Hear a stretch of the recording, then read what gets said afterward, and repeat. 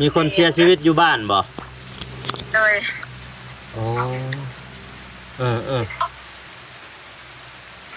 พ่อแม่ได้ไปใช้มื้อนี่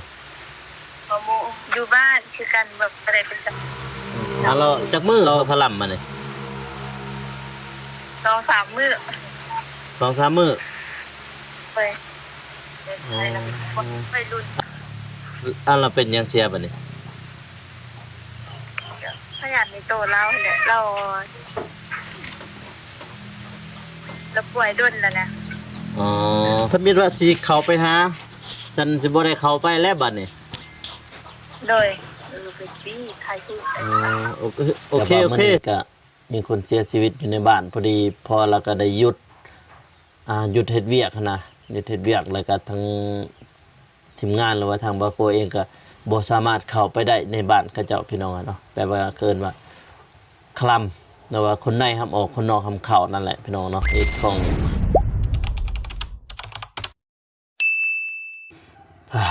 โตพี่น้องเนาะเปิดภาพมามื้อนี้ก็ยังอยู่บ้านพี่น้องเด้อหลังจากที่ว่ากลับมาแต่บ้านเบา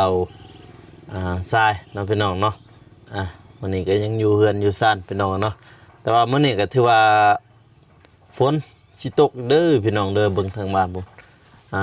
มันครึ้มเด้อพี่น้องเอ้ยทางบ้านเบาโกพี่น้องเนาะทางปากซองนี่ก็ย่อยจอกเลยพี่น้องเอ้ยเนาะทางบ้านนี่ก็เมื่อนั้นก็ตกแล้วพี่น้องเนาะเมื่อวานนี่ตกบ่ครับเมื่อวานนี่ตกเมื่อวานตกมื้อนี้น่าจะตกอีกพี่น้องเอ้ยแต่ว่าพ่อแม่เบาโกก็ไปพ่อก็ไปส่งสการพี่น้องเนาะพี่น้องเสียอยู่ทางบ้านหนองบัวไซทางบ้านเศร้านะนั่นแหละพี่น้องเนาะบ้านเดียวกันแล้วก็เพิ่นเสียพี่น้องเนาะญาติพี่น้องทางเบาโกนั่นแหละพี่น้องเนาะน้องณะนั่นแหละพี่น้องเนาะเพราะว่ามีญาติพี่น้องทางเบาโกเองแน่อยู่หั่นพี่น้องเพิ่นได้เสียชีวิตแล้วพี่น้องแล้วก็มื้อนี้ว่าสิไปบ้านน้องอำพรพี่น้องกินี่ว่าสิโทรหาเพิ่นว่าไปบ้านเพิ่นเพราะว่ามื้อนี้ก็หลังจากมาแต่บุญบ้านบ่าวทรายเนาะพี่น้องเนาะตอนอื่นหมดก็สบายดีเด้อพ่อแม่พี่น้องเนาะบ่ว่าอยู่ภายในหรือว่าต่างประเทศก็ยินดีต้อนรับเข้าสู่ช่องบ่าวโกชนบทสปปลาวพี่น้องเนาะมามื้อนี้เนาะพี่น้องเนาะหลายคนกันเพิ่นว่าให้ไปเยี่ยมยามน้องอำพรแน่พี่น้องเอ้ยเพิ่นให้ไปเยี่ยมยามไปทักทายคือเก่านั่นแหละพี่น้องเนาะเพราะว่าให้ไปสร้างต่อความฝันของน้องนั่นเองพี่น้องเนาะเพราะว่าเพิ่นก็ได้ห้องเพลงพี่น้องเนาะนักร้องเสียงดีเฮาพี่น้องเอ้ยนักร้องทีมงานนั่นแหละพี่น้องเอ้ยเนาะแต่ว่าเพิ่นปล่อยเพลงแม่นทั้งสองเบานุ่งพี่น้องเนาะหากก็ได้10 กว่าวันพี่น้องเอ้ยเพราะว่าเพิ่นปล่อยวันตั้งแต่วันที่14 กุมภาพันธ์พี่น้องเนี่ยก็วันที่26แล้วพี่น้องเนาะมื้อนี้วันที่26หรือ27นั่นแหละประมาณนั้น26พี่น้องเนาะเบิ่งทางบ้านเบาโกก็ฝนตกเด้อพี่น้องเด้อบุญผู้ในมื้อนี้มาเบิ่งนี่โอ้ฝนมืดครึ้มพี่น้องเอ้ยเมื่อกี้ก็พอจอดรถกำนันจอดเล็กนั่นแหละมาจอดเล็กเพราะว่ามันอันนี้มอไฟเบิดบ่ฮะบ่ได้ต่อคือบ่ต่อขับเข้าไปไหนจนว่าฝนตกเลยต่อได้บ่ได้ใส่อยู่นี่บ่อันนั้น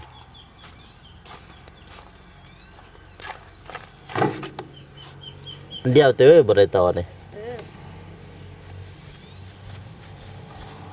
บ่ได้หันบ่มันแน่นก็บ่หันบ่แน่นหั่นนี่ขับไปเบิ่งหั่น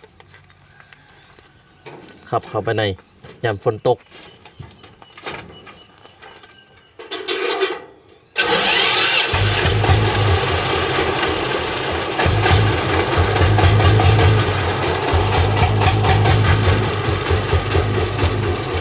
โอเค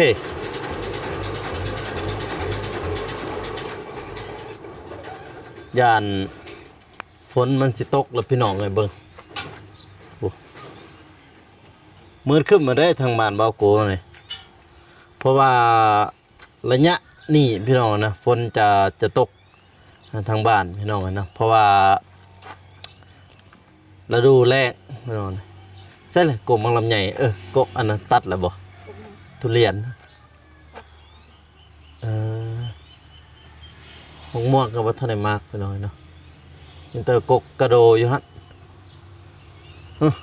คนแจ๊ะมาพี่น้องเลยมันก็เบียร์กาแฟพี่น้องเลยจะน้อยว่าฮอดฤดูปลูกกาแฟอีกแล้วจะน้อยนี่แหละเบียร์กาแฟพี่น้องนี่เบียร์กาแฟกาติมอเฮานี่แหละเรากะไว้แบบกะก็บ่แม่นว่าสิอันนี้สิเอาในมากะแบบเขาเจ้าไปลกเอาหั่นน่ะพี่น้องเอ้ยลกมาแล้วก็เสียบใส่ธงนี่ขึ้นนี่ ตอนที่หนึ่งมันงามแต่ซีดอันนั้นได้ทั้งคุณไม่งามทั้งคุณทั้งขอบ อยู่กองล่างหั่นบ่มาเบิ่งมา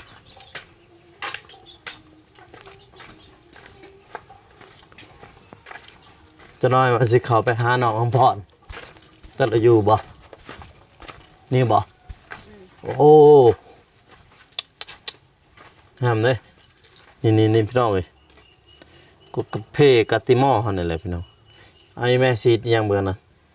บูจักทีเดียว เบิ่งในงานนี่เบิ่งนี่แต่ว่าเบื้องนั่นขี้ลายจ้ะไปทางนั้นเดี๋ยวจะเอาโทรศัพท์โทรหาน้องอำพรก่อนจากเราอยู่เพื่อนบ่ได้เพราะว่าบ่ได้ไปหาเรา2-3 มื้อแล้วนี่ไปเอาโทรศัพท์เบิ่งที่เทิงอันนี้ก็ละเข้านะพี่น้องเอ้ย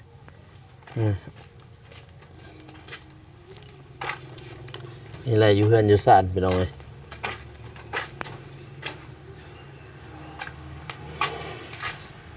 พี่แม่เราตากกาแฟไว้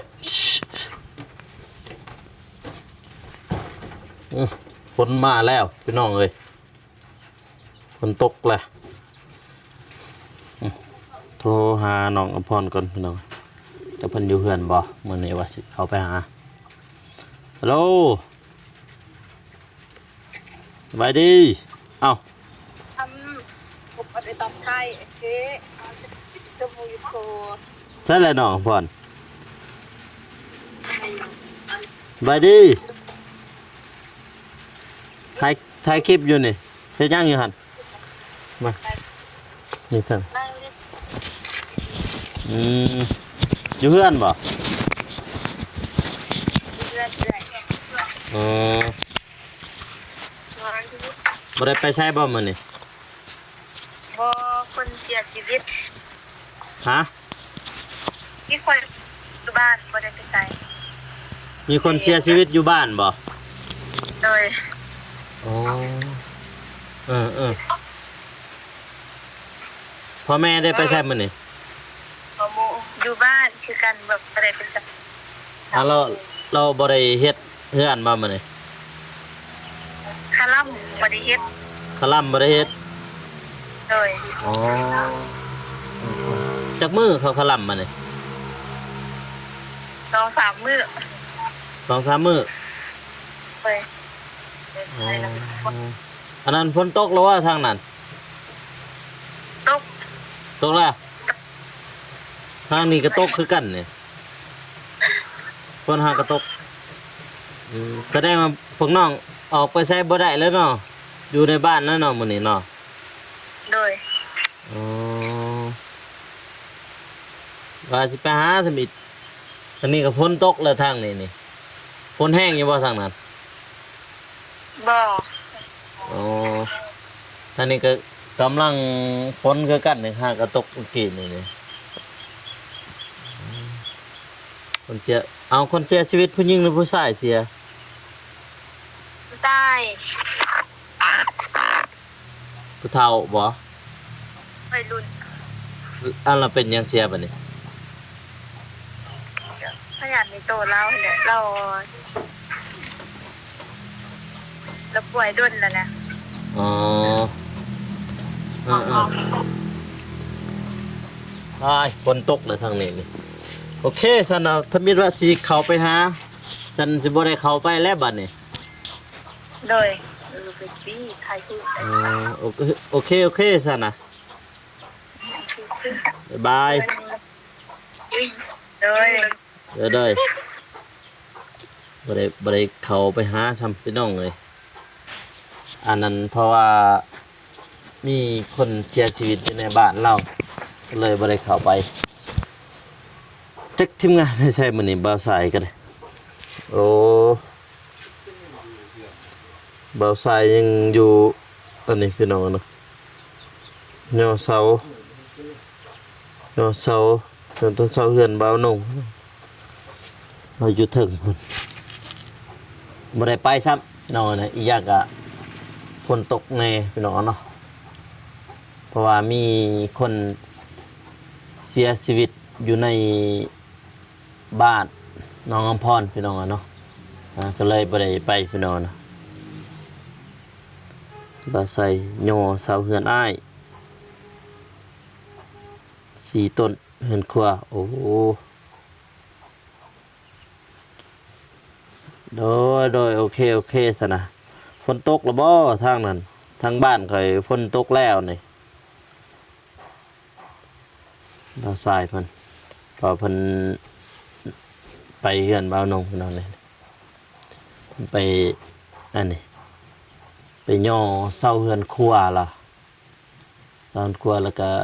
ทางบ่กูเองก็ยังบ่ทันลงไปอีกอย่างก็ถ้ามีว่าสิเข้าไปบ้านน้องอำพรนั่นแหละพี่น้องยังไปอีกเข้าไปบ้านน้องอำพรแต่ว่าน้องอำพรละว่ามีคนเสียชีวิตอยู่ในบ้านพี่น้องเนาะก็คือธมิตรกับบอกว่าสิไปซอยทางพอเราก่อเฮือดนั่นแหละว่าสิไปซอยเราแต่ว่ามื้อนี้ก็มีคนเสียชีวิตอยู่ในบ้านพอดีพอเราก็ได้หยุดเฮ็ดเวียกนะหยุดเฮ็ดเวียกแล้วก็ทางทีมงานหรือว่าทางบาโกเองก็บ่สามารถเข้าไปได้ในบ้านเขาเจ้าพี่น้องเนาะแปลว่าเกินว่าคลำแต่ว่าคนในห้ามออกคนนอกห้ามเข้านั่นแหละพี่น้องเนาะเหตุของประเพณีพี่น้องเอ้ยทางบ้าน โต๊ะนี่มันเศร้าเลยเด้กำลังเศร้า ทางบ้านบ้านงบ้านไม้แล้วก็ฝนก็ตกคือกันน่ะ โต๊ะนี่มันเศร้าเลยเด้กำลังเศร้า อืมโดยอันนั้นย่อแล้วบ่ตอนนี้ย่อเฮือนแล้วบ่ย่อเสาหั่นเนาะแดดแล้วบ่กำลังถ่ายคลิปนี่ก็น่าจะเศร้าเพราะว่าบ้านเขาเจะทางนั้นพี่น้องนี่ทางนี้อันนี้ก็หน่วยผู้หน่วยหนึงหน่วยผู้ที่ว่าบ้านเบาโกแล้วก็บ้านน้องบองอันนี้ทางนี้พี่น้องเนาะเพราะว่าผู้หน่วยเดียวกันเด้ทางนี้ทางปากซองแต่ว่าทางตัวเมืองน่าจะตกแห้งนะพี่น้องผู้ทางตัวเมืองพุ่นตัวเมืองเบื้องพุ่นเบิ่งขาวจวดแล้วมอเสือฮอดสงกรานต์แล้วพี่น้องเอ้ยใกล้สิฮอดสงกรานต์แล้วฝนก็เริ่มตกมาแล้วบ้านนี่นับแต่สงกรานต์ขึ้นไปเดือน3เดือน4นี่แม่นว่าเริ่มฝนตกเริ่มหยังแล้วพี่น้องนะแล้วก็หมากกาแฟก็เริ่มดอกเริ่มหยังเลยได้บัดนี่นะนี่ก็สิดอกสิหยังแหละอยู่บ้านก็บ่มีหยังพี่น้องมีแต่หมากอีช่างเขินหมากไข่บ่หรือหมากยางหมากไข่ฮะใช่เป็นหมากอยู่บ่ล่ะเป็นหมากอยู่บ่ล่ะพี่ม่วงก็เริ่มดอกแล้ว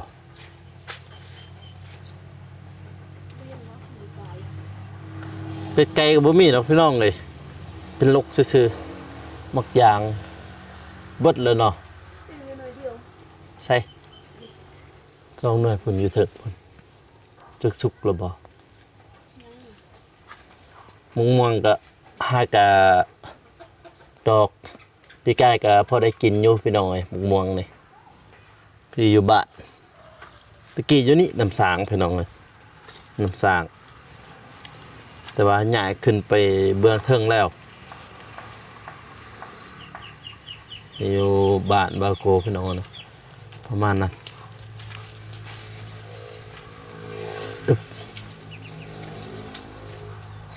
จำปาสักบ้านเฮากองลางเป็นฟืนพี่น้องฟืนเอาปะไว้เพราะว่าถ้าบ่มีฟืนก็สิดังจังไดไฟเพราะว่าชนลายก็แม่นว่าดังฟืนนั่นแหละพี่น้องนะเป็นกองจังสีเลยทางบ้านบาโกพี่น้องพี่เอ็มบ่บ้านนี้เจืองอ่ะถือน้องใส่แล้วถือพี่น้องเนาะคนเฮือนใหม่เส้นทางติดกับเส้นทางนั่นแหละพี่น้องนะอยู่เฮือนแต่ว่ามื้อนี้พ่อแม่กันเราจะไปมองดีสงสการญาติพี่น้องนั่นแหละพี่น้องเอ้ยพี่น้องกับพี่น้องทั้งพ่อนั่นแหละอ่ะท้ายนี้ก็บาโกก็บ่ได้ไปเด้อพี่น้องเด้อไปหาน้องอำพรเนาะเพราะว่ามีเกิดเรื่องเล่าในอยู่บ้านเพิ่นพี่น้องเนาะเอ้าเสียงลั่นเป็นลั่นพี่น้องรถกำนันแป๊บเดียวกันนี่แหละพี่น้องเอ้ยทั้งบ้านบาโกก็แม่นหลายๆก็แม่นรถกำนันนี่แหละพี่น้องเอ้ยทมิตก็ว่าสิไปหาน้องอำพรแต่ว่าเพิ่นว่าไปบ่ได้คล่ำพี่น้องเนาะเพราะว่ามีคนเสียชีวิตอยู่ในบ้านเพิ่นก็บ่เป็นหยังพี่น้องมื้ออื่นมื้อฮื้อ3มื้อพุ่นแหละเขาคล่ำแล้วก็บ่ได้เฮ็ดบ้านอยู่นั่นนะแล้วบ่ได้เฮ็ดเทือนก่อนนั่นนะแต่บ่แล้วถ้าได้ไปก็สิถ่ายให้พ่อแม่พี่น้องเพิ่นได้เบิ่งได้ชมนํพี่น้องเนาะว่าสิไปช่วยน้องเพิ่นแหละพี่น้องเนาะท่านนี้ก็อวยพรให้ผู้ใหญ่ทุกท่านจงมีแต่ความสุขความเจริญเนาะปรารถนาสิ่งใดก็ขอให้ได้สิ่งนั้นให้ได้ดังสมปรารถนาเงินมาไหลมาเทมาเด้อพี่น้องเด้อท้ายนี้ก็บ่โกขอตัวลาไปก่อนก็จะลืมฝากกดไลค์กดติดตามเนาะเพื่อเป็นกำลังใจให้บ่โกเฮ็ดคลิปต่อๆไปท้ายนี้ก็บ่มีหยังพี่น้องเนาะสำหรับคลิปนี้ขอกล่าวคำว่าสบายดีพี่น้องแล้วเจอกัน EP หน้าหรือว่าคลิปต่อไปของบ่โกเด้อพี่น้องเด้อฝากเป็นกำลังใจให้แน่เนาะพี่น้องเนาะบ๊ายบาย